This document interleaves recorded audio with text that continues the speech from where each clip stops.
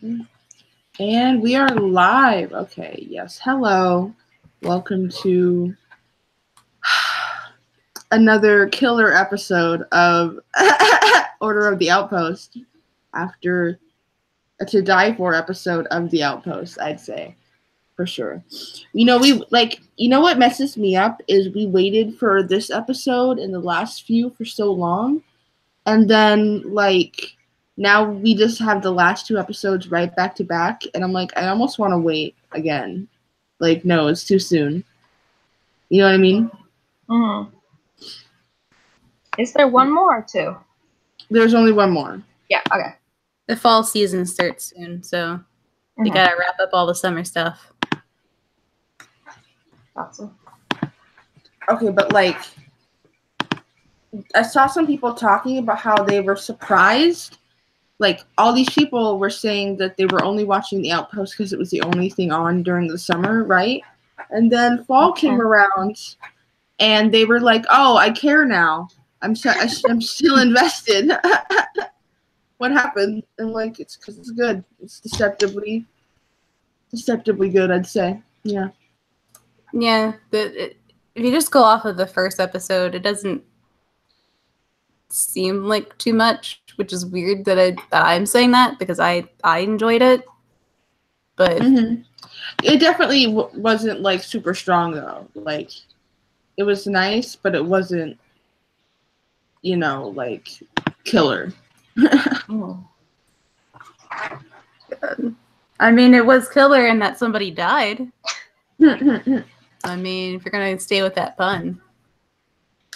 Okay, but I really liked the Marshal and the Mistress together as a couple, and at least they were together at the end. You know what I mean? At least they were together and kind of both morally redeemed a little bit, in a little bit of a way. They had more less morally redeemed, more they were fully in their essence of what, and they were kind of when it comes to fight or flight, they were fighting, not fighting. You know what I mean? They died well. They died trying, at least. At least they were trying. They weren't giving up. And I think it's going to be good character development for their kids. Janzo and Garrett are going to come back, and their parents will be dead, and they'll be like, now all we have is each other. Orphans all around. Right? Fun. It just Disney movied. We had to kill off the rest of the parents. First Calcasar, and then and then you knew anyone's parents are just not gonna make it. I should have known, this being the CW. Which, I was thinking about it, and it's they had to die.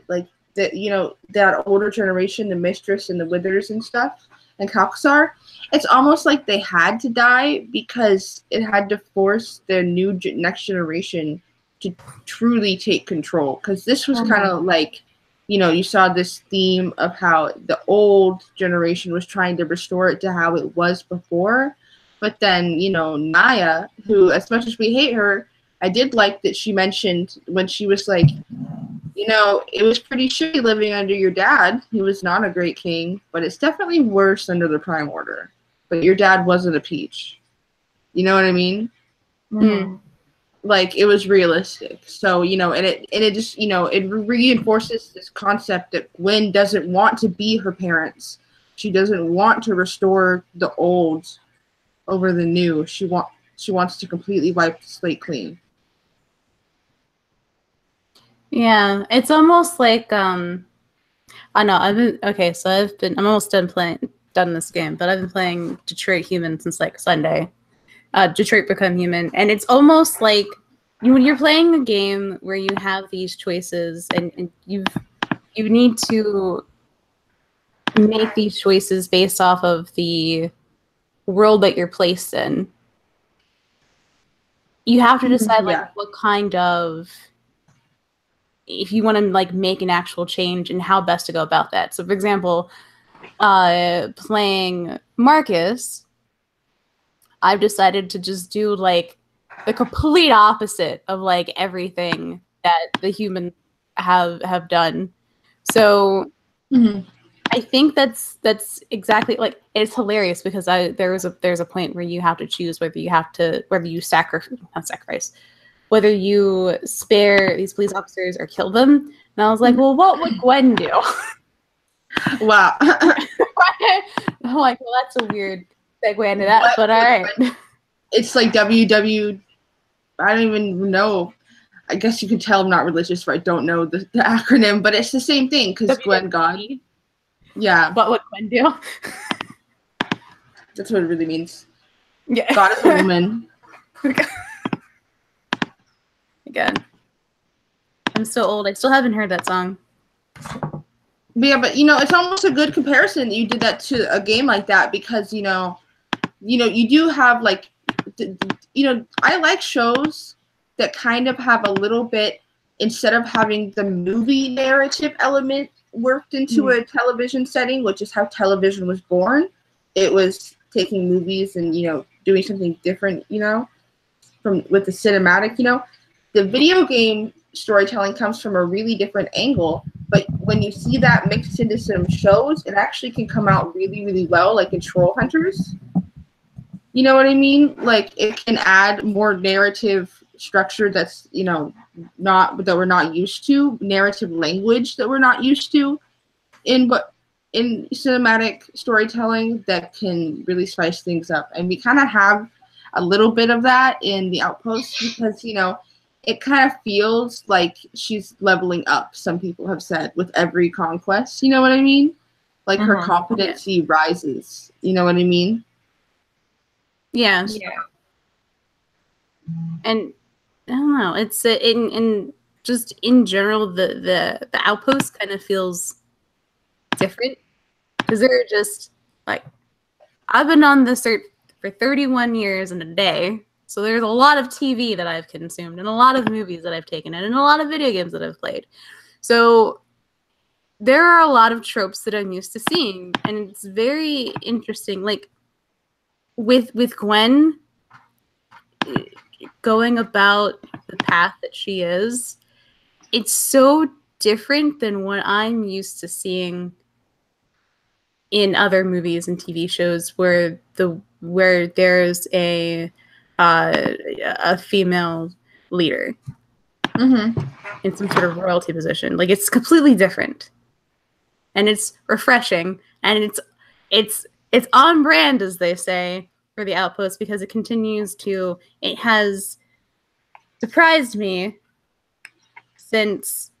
I don't want to say the first episode, but it surprised me in how much I liked it the first episode, but it surprised me in the things that the elements that you're used to seeing, taking them and twisting them around so it surprises you. Yeah, like I was already planning to support the show, like I said, but obviously I was a little stressed out. I was like, I trust them, but also I'm like, please don't be bad. I don't know how to fake it. I've never had to do that before. Right? So I'm like, oh, thank God I actually enjoy this. And my friends are so used to me getting them into stuff, and they don't always like what I get them into because, people's tastes don't always align. Yeah. But most of the time, they really like what I get them into. So I knew that if I was going to get them into this, it had to, the Kara stamp of approval is pretty, it's not completely pretentious, but I have to see a lot that people will enjoy in it. You know what I mean? Like if I have to know my friends will actually enjoy something before I tell them to watch it. I don't just force everything I like down their throats. Yeah. I used to do that in middle school. Like I learned my lesson. I learned my lesson in middle school. You know what I mean? I'm not a kid anymore. I actually think about what people will enjoy. Because like one of my friends is probably gonna love Maniac on Netflix, and one of my other friends is totally not gonna understand it. So I'm not gonna tell them to watch it. You know what I mean? So it's like they would hate it. It's not their style. They don't. It's like people have different attention spans. You know what I mean?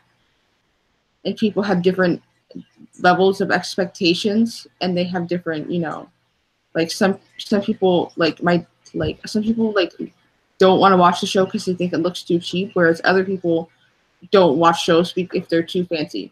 Like literally. Yeah.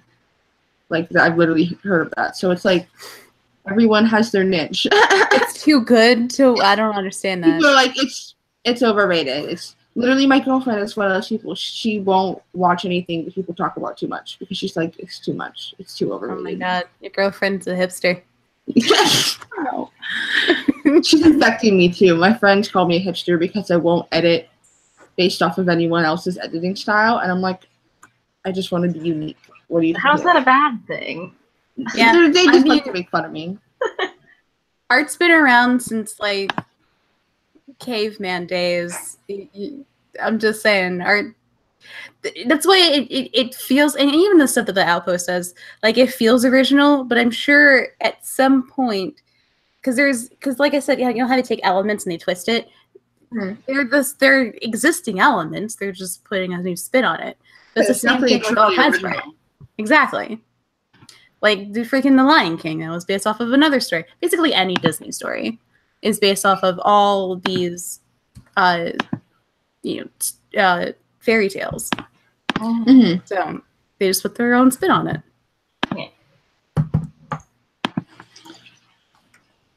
Yeah, like I think my favorite thing about the show is that it's not one thing, but it's not, how to phrase this, like it takes different aspects from different genres, but it only takes one or two things from each genre. It doesn't overload. It takes the revenge plot from westerns. It takes the geological and the social setting, the social, ecological setting, the economics and stuff of like a western. It's kind of isolated. Yeah.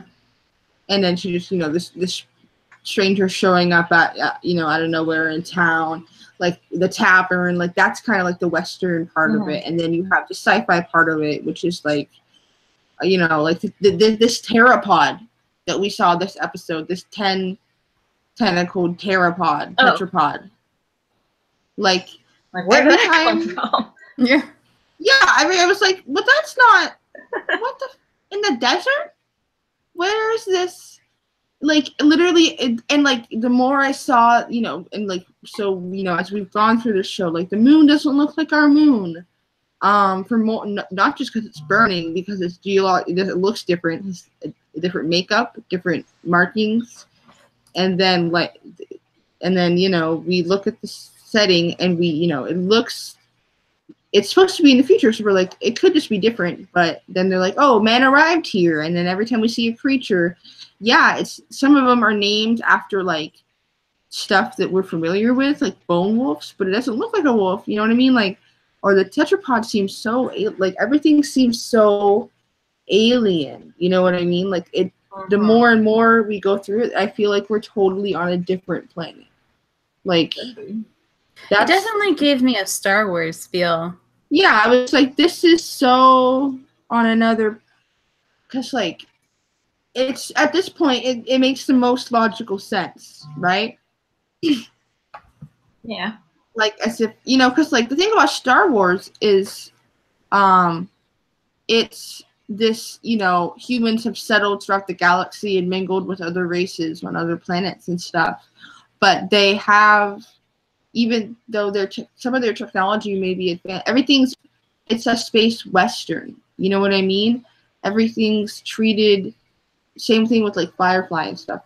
And, like, just like The Expanse is a space noir. Like, everything's kind of held in the context of this like atmosphere, right? So like this, so it's kind of like a genre in space, and the way that societies develop are like structured around that, and like that's why Star Wars, like, sometimes, like, I was just watching Han Solo and I really liked it, but like it reminded me of something I always think of when I watch Star Wars compared to something like Star Trek, where it's like the way people are dressed and The way, you know what really feels unrealistic and incoherent about stuff that is like, you know, space westerns and, you know, Star Wars, is the way people settle doesn't seem like the planets, everyone seems like so desolate, you know, and spreading apart, and it just, you wonder why everyone's so spread apart, but no, everyone's, you know, fucking doesn't know anything.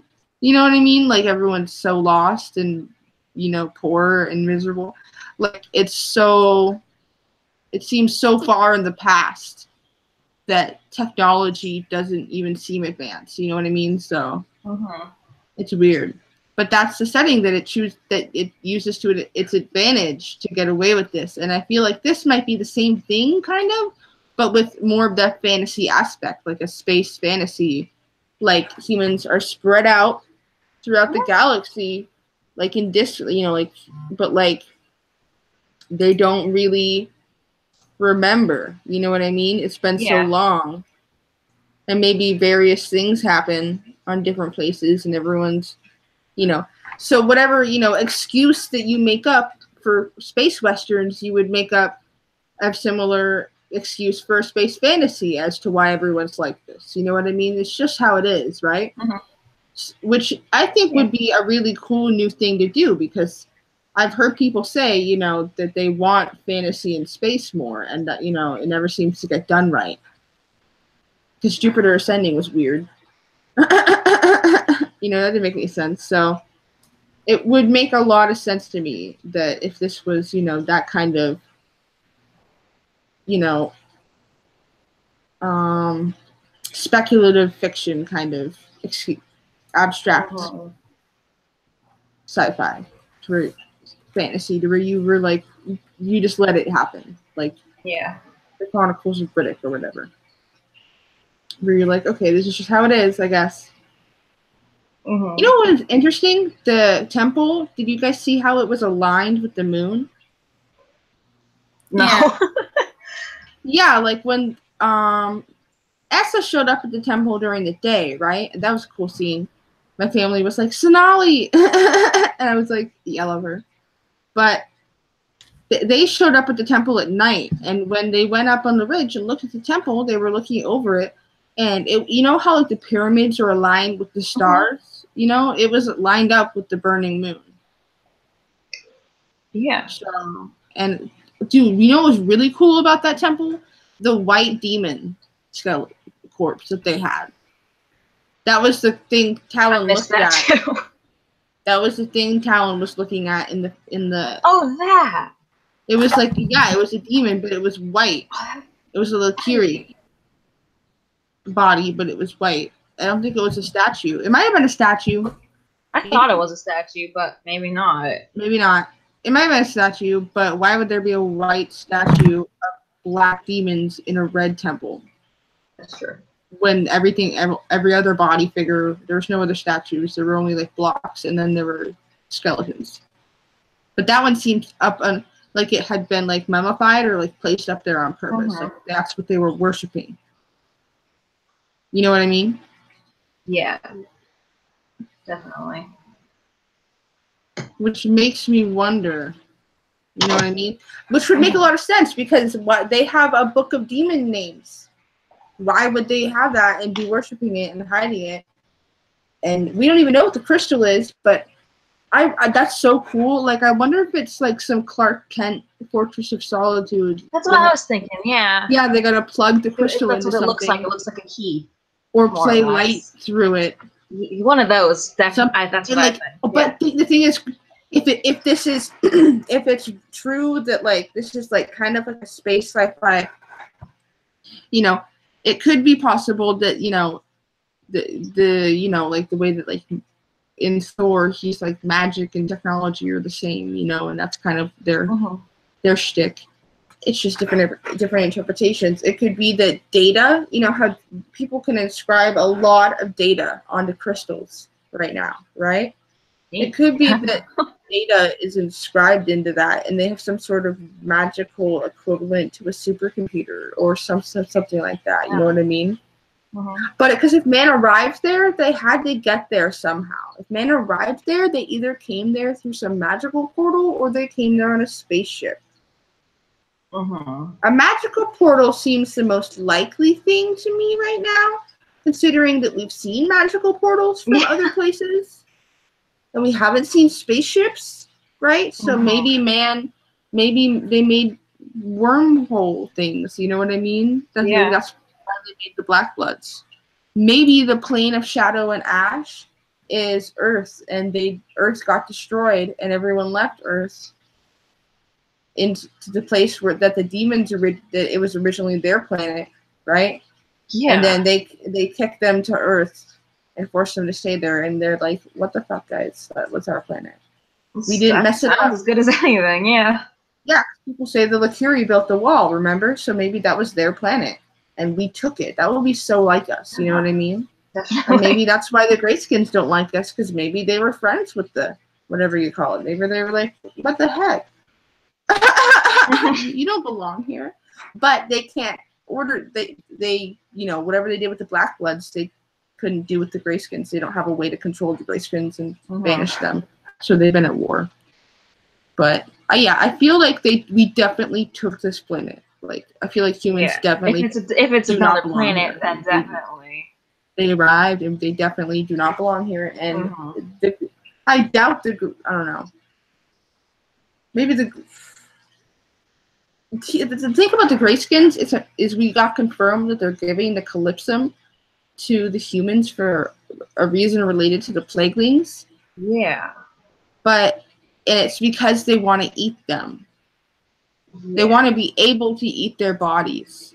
And right now, Garrett is not becoming a Plagueling specifically because he doesn't consume Calypsum. He's not becoming, That's so like maybe a big point that so maybe Garrett humans are actually very capable of fighting off the parasite, or maybe it becomes a symbiote, especially if you're strong enough, and maybe it makes you, inedible to Greyskins, but you survive like a carrier, right? Maybe humans are like carriers for whatever. Maybe because you know how parasite cycles really work, or like, okay, so like it's literally all about being eaten and then by one creature. Okay, so it's about infecting one creature that's prey, so that creature will be eaten by the actual target, and then pooped out and eaten by the prey, because most prey eats the poop of its predators. A fun fact. Like it's like this cycle that like it's multiple animals are involved in a parasite process because one eats the other. So maybe the Greyskins are the real susceptible targets, and the humans are basically it's like the first locations and then the secondary location. You know what I mean? Like they're just, maybe humans are just a means to an end for the parasite to get to the Greyskins, and the Greyskins somehow, whatever they do with the Calypsum to turn them into those walking corpses makes them more edible. I don't know. Or they're trying to cure, I don't know. It doesn't seem like they're trying to cure humans since they want to eat him. You know what I mean? But maybe it cures them, and then they'd be able to eat him, but he doesn't. He's poisoned right now. But he's not turning. Yeah. So it's confusing. It's it's like so he's fine, but not to them. So if does him becoming edible to them mean that he'll become like one of the Plaguelings we saw, because he's not becoming like one of those, but he still seems.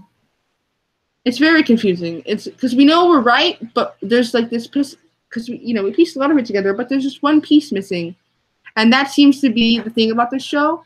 Is some of it you can really pick up and you'll feel all proud of yourself, and then something will completely come out of nowhere, like the crystal being in the Book of Names, and you're like, what? What is this gonna do? How does this play in? Yeah. And like the tetrapod, you're like, what the heck? It's awesome though. Yeah, I'm liking it. I mean, it really just does get better every episode, absolutely. What's your favorite creature so far? Because we've seen a good few now, which is what I like.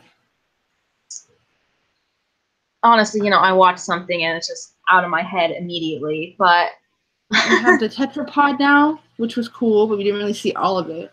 I'm scared of that. I don't like big sea creatures. I just do not like. And then we have the bone wolf. We got the plaguelings, obviously, and the grayskins and the Lacuri. Those are cool. But then we got the bone wolf, the tetrapod.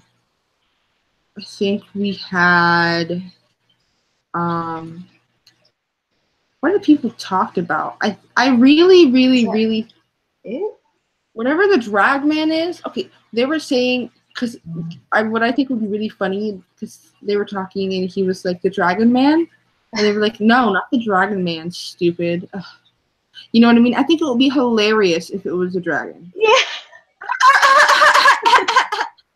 It would it would make so much sense because, we've already seen a bunch of crazy creatures, so something akin to a dragon, you know what I mean? But think about this. The symbol for the show and on the Covenant armor, and especially Jake's armor, is the Hydra, which is a type of dragon with 3 heads. The 3.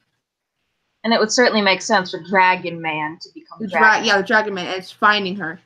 And I feel like maybe it might be related to the Lacuri, because I feel like there's more than... They kind of look like dragons, so... Yeah, but like, whatever it is, like, I think it might be like something like a dragon, and because, when we saw that symbol, I think someone on the show, like Doug or whatever, was like, oh, that's important. We'll smiley face. And but like, and at the time, obviously I was like, oh, what if a Hydra shows up? And then my logical brain was like, that's not going to happen. That's too big, too soon. Why would? And now I've watched the show to this point, and I'm like, that seems reasonable. Yeah, that seems like a reasonable finale. Everyone dies, and then a dragon shows up, and everyone's like, oh, I guess we're gonna die more. I think that would be awesome, though. You know what I want? Essa to get hired by Gwyn with more gold. More gold. That's what she cares about. Yeah. I doubt, and she's a woman, so like we said, I doubt she likes Dread. So I'm sure I feel like she would be more willing to take, 1, more money, and 2, from a woman. Mm-hmm. To fuck up men. Like, that would probably be it would sweeten the pot just a little bit, but obviously the gold is more important. She'd be like, you have to pay me double. Like, Gwyn's like, I'll pay you triple. Let's get out of here. Yeah. But, like, now I ship them. Like, I literally was gonna start off saying I ship Talon and Essa, but then I was like, wait a minute, I ship Gwyn and Essa.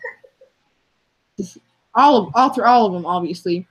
But I really want Essa to, like, be like, not a hero, obviously. She's not, like, good, per se. She's self-interested, but I would love for her. But characters like that don't need to be evil. You know what I mean? Like, I would love for her to be on their side. You know what I mean? And she would, 1, be useful, and she, parallels with them, so it would be so easy for them to just pay her. Yeah, definitely. And obviously, we want Sonali to be a season regular, and we want her to be one of the main characters all the time. Also, I think it will be so funny to hear her.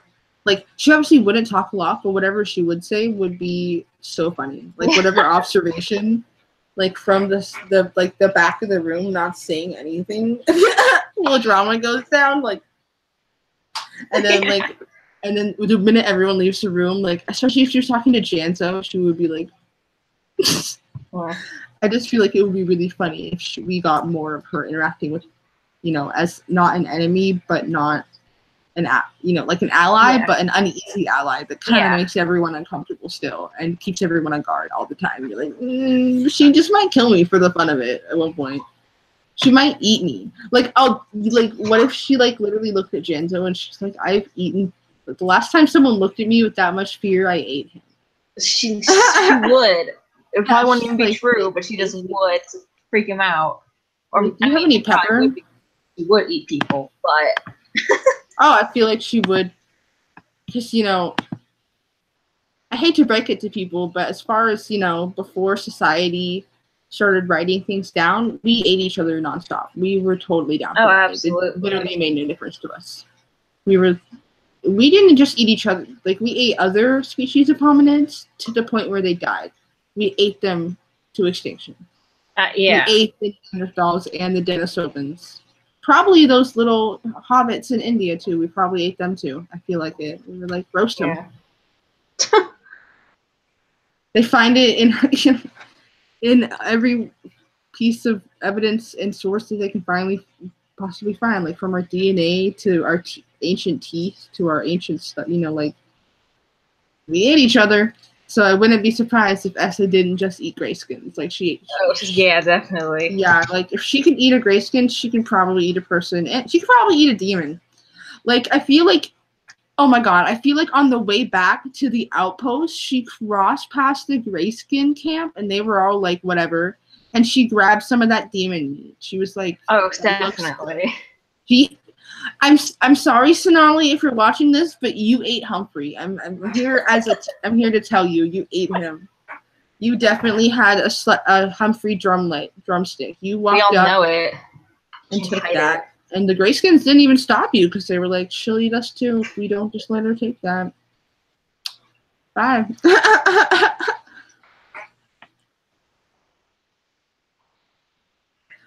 I feel like the mistress might live.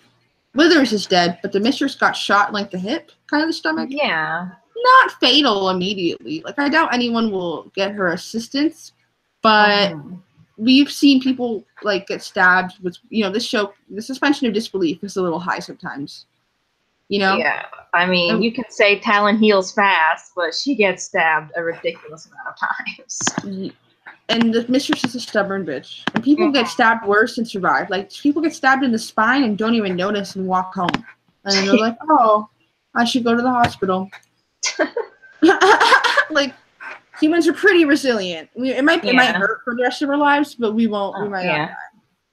I know from experience. I'm still here, still kicking. They've tried to take me down.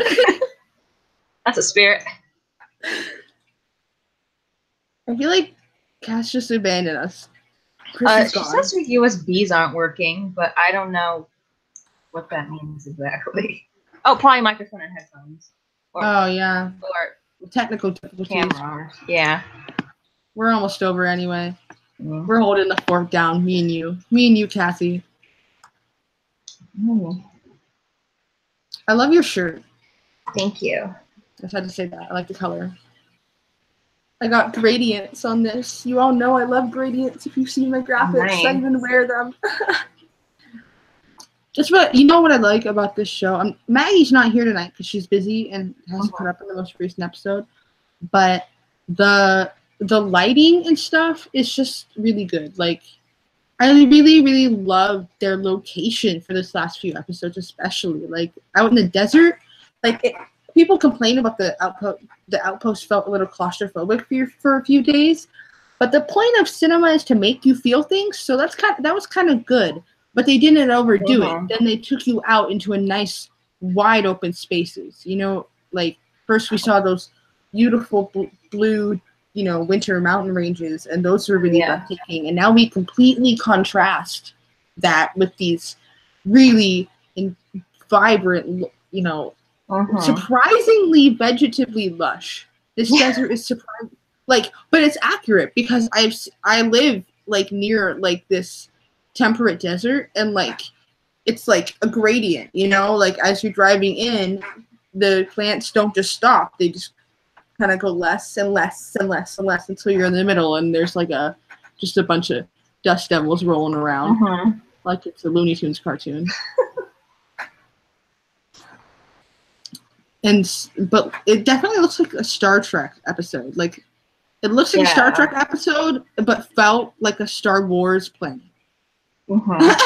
Like that's what it felt like, for sure.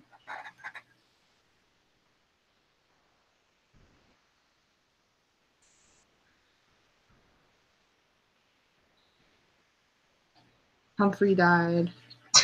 Everyone, the Withers We saw in the preview for next episode, Munt is getting hung too, so he's alive. I don't know about Dano. I don't think we care about anyone else, right? No, those are the two people we cared about that were left. The mistress might be dead. Uh-huh. I feel like Janso will come and might save her, because, you know, or maybe she'll die, and maybe she'll say something nice to him finally. That might be nice. Yeah. Or she'll, on her deathbed, she'll be like, this is because you left. You know what I mean? Yeah. That would 100%. That would be so funny. But I would be mad, but it would be really funny. It would remind me of, like, the episode of Maniac I just watched. The idea of some people just being bitter on their deathbed just because maybe not everyone's perfect.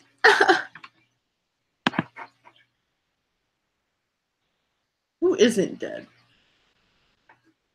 Naya should be dead. She will be.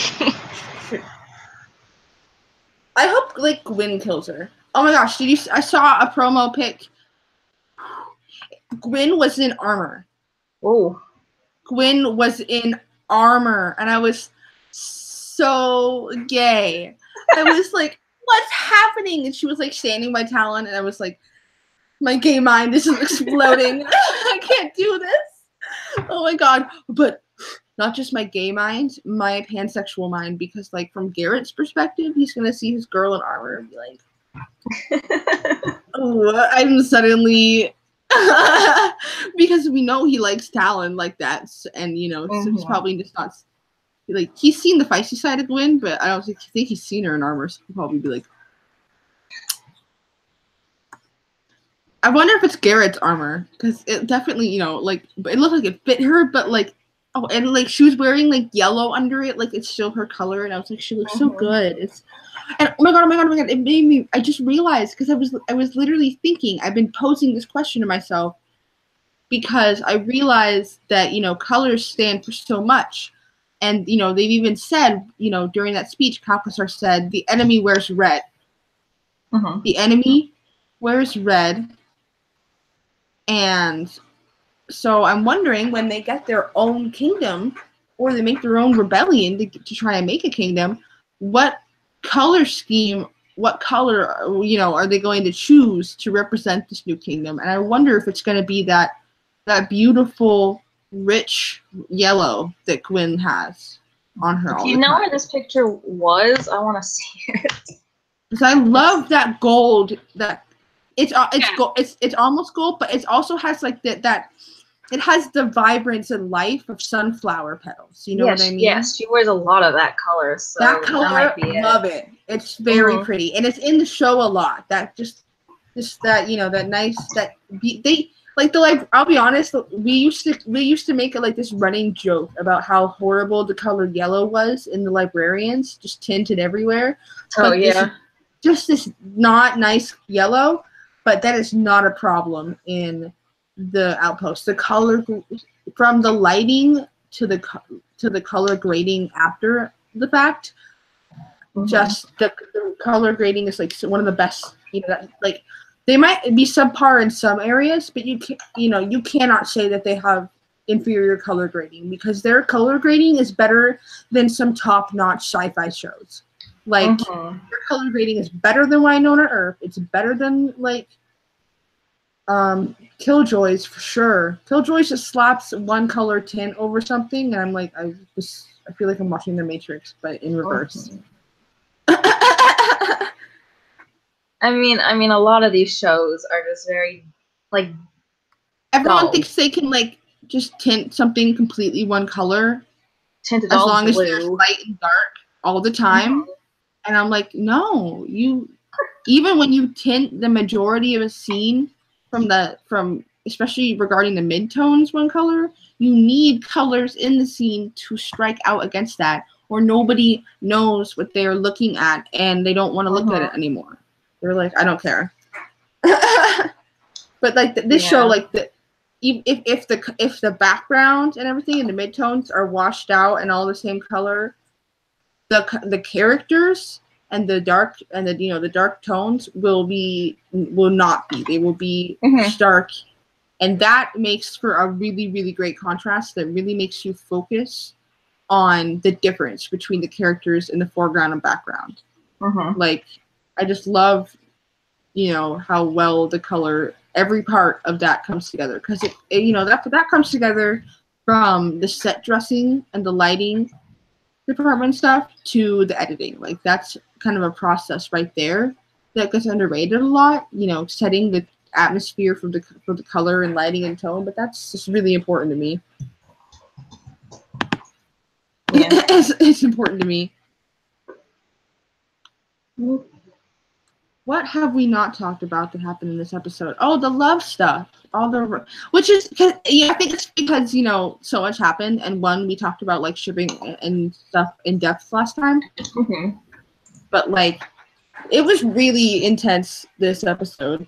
Like, when Talon woke up, opened her eyes from cuddling with Janzo, and the first thing we heard was Garrett choking, which is a sound in itself, and it borders the line between, well, what's happening? Is he hurt, or is something interesting happening? And then we turn, and it's Janzo sticking something in his mouth, and it's like, he's fine, but this is a really heavy-handed innuendo. Like, I was like, First we had whatever the heck happened last time with him getting a boner, and now the next thing he does after that boner, he literally talked about getting a boner when Talon cuddled him last episode. Oh, Janzo, yeah. Janzo, yeah. And then the next thing he does is stick something down Garrett's throat. And I'm like, Janzo's really getting bold. He's really... I loved when Garrett was like, take these off or I'll pee on you. And Janzo didn't even move, and he just looked at Talon, and he was like, he's dramatic. I love when he does that thing where he like comments on Garrett in this like affectionate tone too, like teasing, but also like, I don't know, like it's interesting. It's some of my favorite moments over to Talon. I loved when he scampered up to Talon and looked at her face, and he was like, you love him. You love him. And he wasn't even like that jealous at the moment. He was just observing. And then but also like as if to reassure Janzo, she was like, she wrapped her arm around him, and then Garrett was like, what's going on, guys? You're hugging without me? Are you two? And like, it's like this whole episode, it was really starting to come to a head, and not so much contradict each other, but it's more becoming obvious that all of these relationships are happening developing at the same time and overlapping each other, and then finally starting to really talk about it. Because Talon kept asking, wanting to clarify things with Garrett. She was like, yeah, I know you're here to protect Gwen, but that's not the only reason you're here. Are you also here because you like me? Because, like, I never do anything. Personally, I literally never do anything in life unless I'm doing it for at least 3 reasons, or else it's a waste of my time. You know what I mean? Like, that's just how life is. But in shows, it always seems to be like whatever secondary or third reasons you had for doing something are insincere and just sort of hide the true, deep reason that you did something that reveals yourself. No, that's not how life works. Like, everything happens at like, I can do something for pretty equal motivations on both counts. Like, I want to do this because 1, 2, 3, 4, like, it's all happening at once, so I do it. Like, I rarely have something where it's like, oh, I want to do this just because of this one thing. Like, that doesn't make any sense to me, especially when it comes to really serious matters. So she's trying to get, like, the real answers out of Garrett about how he feels about Gwen and her, and, and also about whether he's just using her. Like, she's also a little bit, she's not really just guarded.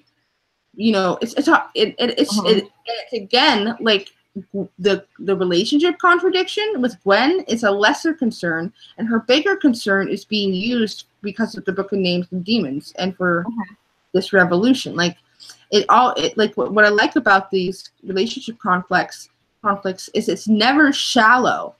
You know what I mean? Like these relationships have very real world consequences alongside them. And those are the things that people are actually concentrating on right now.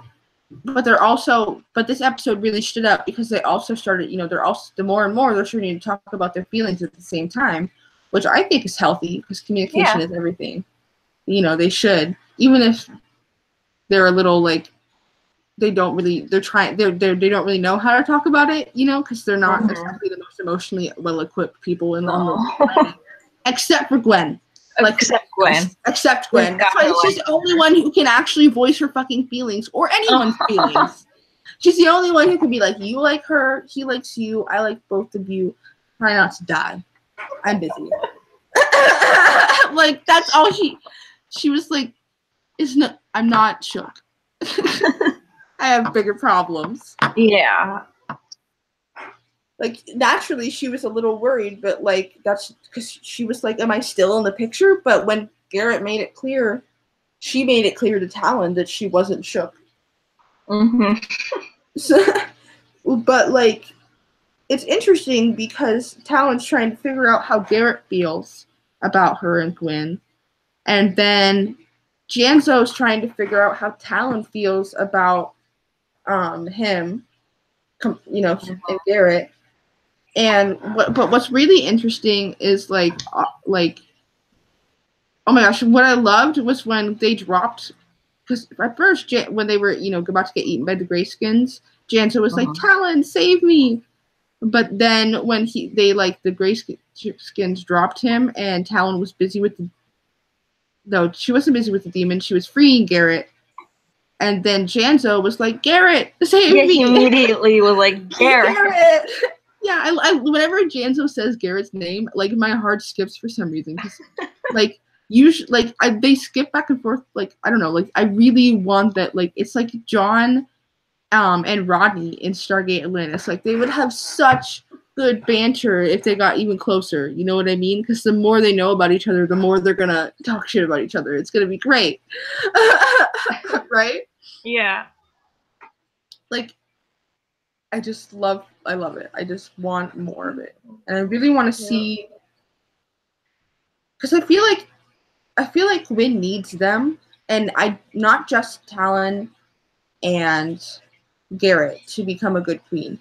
I feel like she would also really benefit from having Janzo around, even if they didn't have a romantic plotline. Like I feel like he would be a great advisor, and also he's not afraid to check a bitch, especially if she's blonde with his mom. Like he's not afraid to say, what do you think you're doing? You think you just walk in here and chop someone's head off? Like, okay. Like she's already pretty good at that, but she's not perfect, because like she went from being like, I can chop your head off, I'm the queen, to being like, oh, I can't do that.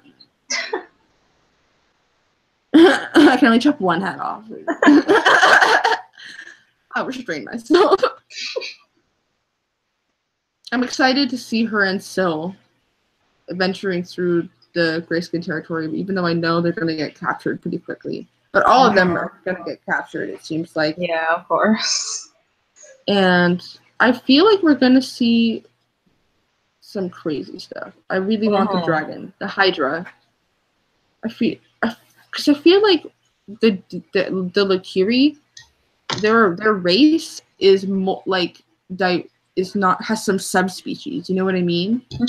Because the Black Blood came from some demon overlord having sex with a human, and she was like, that doesn't seem possible. And we've talked about how maybe like how there's like high fae and low fae and unseelie and seelie. There's like there's like a higher race of Lakiri, and the Lakiri are their slave subspecies, but maybe there's also like the higher race are the Dragman.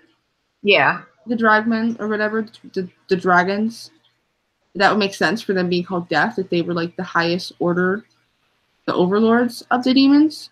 And it would also make sense if they were in their mythology and in the human, consciousness. If they were there during the war and then they got banished, like we have dragons, but like that came from dinosaurs because we found big bones and we were like, where did this come from? And we're like, this doesn't make sense. Something must have been here. So, you know, like it would be really cool if the Dragman can like shapeshift, because if it's that powerful, it would make sense if they, you know, because Garrett called it a dragon man, and it would be really funny if it was a dragon man. Yeah. Like he could come into the form of a man, and that would make sense. That would, yeah. As to how he could create the Black Bloods. And it would also make sense because that's like a common dragon kind of thing, to where they can turn into. That's like a common fantasy trope. It wouldn't be a leap. It's expected, but it also would be it walks the line between expected and unexpected. It's far out there, but it's not a complete leap. It's not completely wackadoodle. We've been on for an hour. We should like wrap up soon. Yeah. I should let you go. It's probably late for you too. You should see how dark it got around me. I'm like in darkness now. I'm like, it's been dark here. I turn on the lights. I'm just a floating head now. Especially if I take my grading out of the picture. Just like, hello. It's me. Let's see my fish tank. This was a good episode though. Like, I'm so excited for that crystal. Like, that's my shit. I was raised on like the 1998 Merlin miniseries. Don't know if you guys have seen that. Look it up on YouTube. You can watch both parts for free. They're really good. They're so good. But like, they had all these really awesome, cool, glowing crystals in that show that were like aesthetic. You know what I mean? Nice. Like, that was like the fantasy aesthetic that I was like, I missed this. Where did all the crystals go, guys? But that's what you get in Troll Hunters too. They have the crystal aesthetic going too. But like, I love that. I hope it glows. Let the crystal glow. It probably will. I need it to glow. Her temple glows. Let the crystal glow. Oh, I'm excited for that. I can't wait to edit that. Speaking of editing, I need to work on my first commission. Ooh. So, yeah, I'll probably let you go. All right. Thanks everyone for watching, even though we had like at max 3 viewers. For now, though. Better than nothing. Renew the Outpost. Hashtag. I'm so stressed if it doesn't get renewed. I'm like, I guess just go fuck myself again. Again. It always seems to happen. Although there are some good new shows coming out that I'm excited about, like the Dragon Prince and stuff. Fantasy-wise. I miss Shannara Chronicles. And with that, I say goodnight. Nice. Because this does feel the whole Shannara Chronicles left, and I noticed that in the desert setting.